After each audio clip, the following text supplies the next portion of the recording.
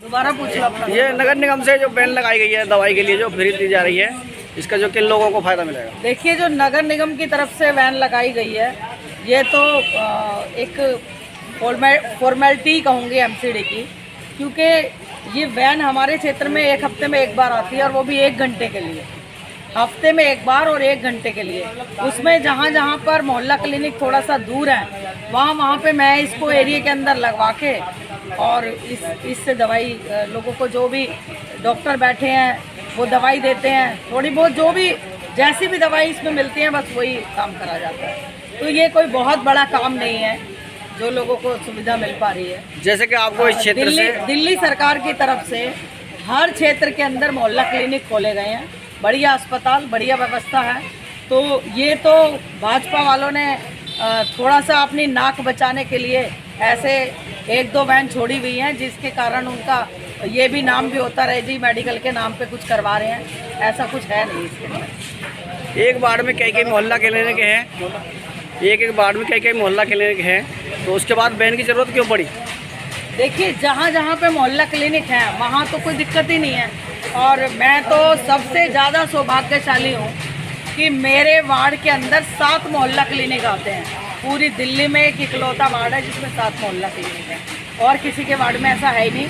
तो मैं तो माननीय मंत्री श्री गोपाल राय जी का धन्यवाद करना चाहूँगी कि मेरे वार्ड के अंदर इतनी ज़बरदस्त सुविधाएं उन्होंने दे रखी है। आपको 5 साल निगम पार्षद पद पे यहाँ पे हो चुके हैं सुभाष मोहल्ला वार्ड के अंदर, तो आपके विकास कार्यों के बारे में जानना चाहेंगे। देखिए, विकास कार्यों के नाम पर एमसीडी ने, जो भाजपा शासित एमसीडी है, वहाँ सबको, जितने भी दिग्गज नेता भाजपा के, उन्हें अपनी जेब भरने से ही फुर्सत नहीं है। चाहे वो स्टैंडिंग कमेटी चेयरमैन हो और चाहे भाजपा के मेयर हों, सब अपनी जेब भरने का काम कर रहे हैं। करप्शन चरम सीमा पर है एमसीडी के अंदर, और विकास कार्यों के नाम पे कहीं किसी तरह का कोई लेना देना नहीं है। हाँ, पर मैंने अपने क्षेत्र में विकास कार्य किए हैं। माननीय मंत्री गोपाल राय जी की तरफ से मुझे बराबर फंड मिलता रहा और मैं बराबर काम करवाती रही। आज पूरे वार्ड के अंदर आप देखिए, कहीं सीवर की लाइन डलने का काम हो रहा है, कहीं डल चुकी है, कहीं पानी की नई लाइनें लगातार डाली जा रही हैं, और अब तो गवर्नमेंट ने कनेक्शन भी फ्री कर दिए। कोई 1 रुपया किसी को नहीं देना, सब कुछ फ्री है। कोई गली, कोई मोहल्ला, कोई सड़क और कोई लाइट, कहीं से कहीं तक कोई दिक्कत नहीं है।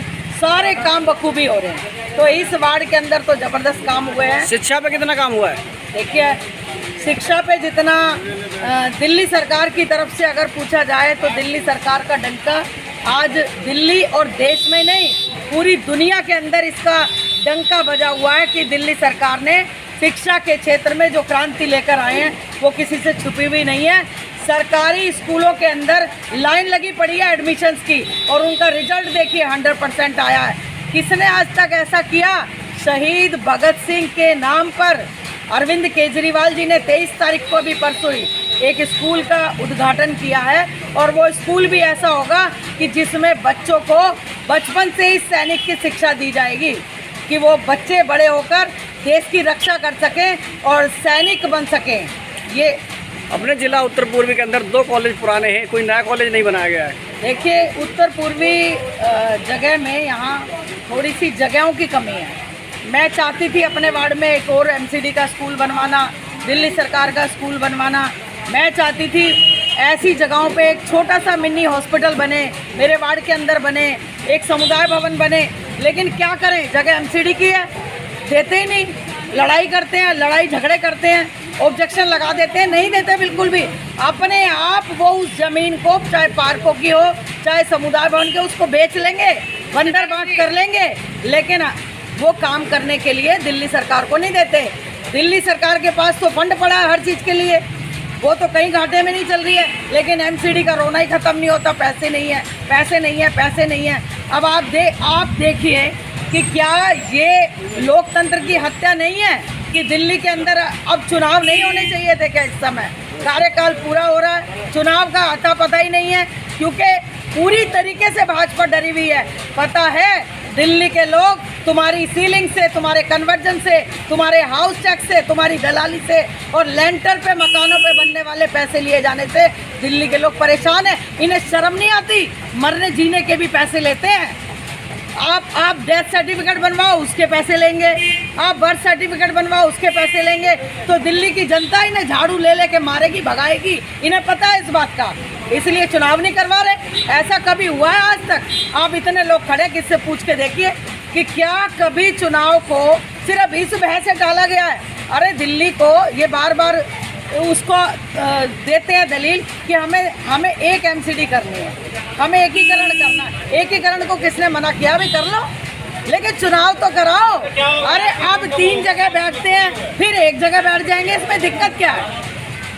मान लीजिए आगे आने वाले चुनाव में आपकी सरकार बनती है एमसीडी में, तो आप कौन सी तरीके की सुविधाएं देंगे? देखिए, माना नहीं है। आप ये कह रहे हैं अपने चैनल के माध्यम से कि मान लो नहीं है। दिल्ली की जनता ने मोहर लगा दी है कि आने वाले अगर एमसीडी के चुनाव होते हैं, पहली बात तो कराने को तैयार नहीं है। और अगर एमसीडी के चुनाव आज हो जाएं, चाहे एमसीडी के चुनाव 6 महीने बाद हो जाएं, आम आदमी पार्टी एक तरफा जीतेगी दिल्ली के अंदर। तो जीतने के बाद क्या जो आपने भ्रष्टाचार गिनवाए, भाजपा के क्या भ्रष्टाचार को खत्म करेगी? बिल्कुल सुपड़ा साहब। आप देखिए ना, पंजाब में अगर दिल्ली के कामों को लेकर लोगों ने भरोसा किया और पंजाब में आम आदमी पार्टी की सरकार बनाई है, तो वो किसी दम पे ही बनाई है। दिल्ली के अंदर भ्रष्टाचार को आम आदमी पार्टी की सरकार ने खत्म किया है और एमसीडी में इसे जड़ से खत्म करने का काम केवल और केवल आम आदमी पार्टी में ही इतना दम है, बाकी कोई नहीं कर सकता। 5 राज्यों में चुनाव हुए, 4 राज्य भाजपा ले गई, 1 राज्य केवल आम आदमी को मिल पाया। 5 राज्यों में चुनाव हुए, 1 राज्य आम आदमी पार्टी के पास आया। वो बहुत बड़ी बात है हमारे लिए कि एक छोटी सी पार्टी, चंद दिनों की पार्टी और 2 राज्यों में अपनी सरकार बनाकर बैठी है, उससे डर रहे हैं ये।